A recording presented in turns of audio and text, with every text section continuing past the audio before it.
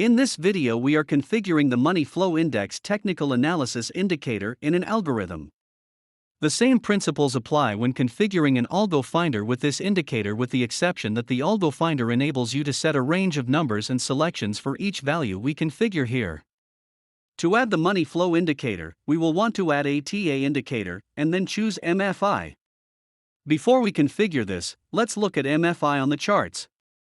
Here we can see it is a similar chart as with RSI, with similar significance, whereas when the value goes below 20 it is considered oversold, or above 80 is considered overbought. The difference between RSI and MFI is that MFI weights the price RSI with volume. So you can think of MFI as a volume-weighted RSI, though as you will see, we take it much further. First you can specify your criteria. If we treat this as we would RSI, we are looking for under 20 MFI to indicate an oversold market. While you could use a percent change of MFI over time, it is more common to use an absolute value as we do here. This should not stop you from testing percent change as well. You can brute force back test an array of configurations at once in the algo-finder. Here we can choose what metric to base this indicator on and what metric to weight it with.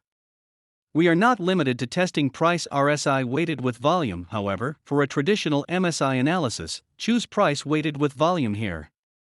Next we choose the candle length we want to use and how many periods we will be using to calculate MFI, with shorter periods being more sensitive.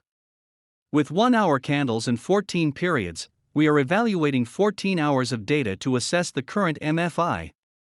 Similar to RSI, it could be desirable not to flag when an MFI value goes below 20, but rather when MFI goes below 20 and then comes back up across 20. And that's what this trigger end of signal box is for. When this box is checked, the value of MFI must go below the value specified and then back above it, or opposite of this if this indicator is using a greater than operator instead of lesser than operator as we are using here. The keep alive says how long this indicator should remain triggered after the event occurs. This is especially important when I have other indicators in my algorithm.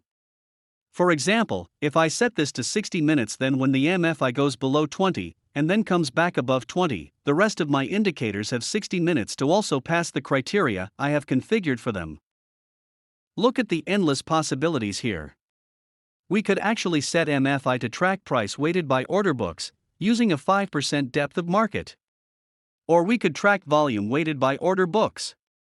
We could track price weighted by the market depth ratio, which is the ratio of asks to bids. Or we could even use price weighted by market dominance using the price relative indicator. Don't forget to save your changes to the indicator and also saving the indicator changes within the algorithm. You can click the gear to edit the configuration of your algorithm at any time. Please watch more of our explainer videos to power up your proficiency on the platform. Thanks for watching.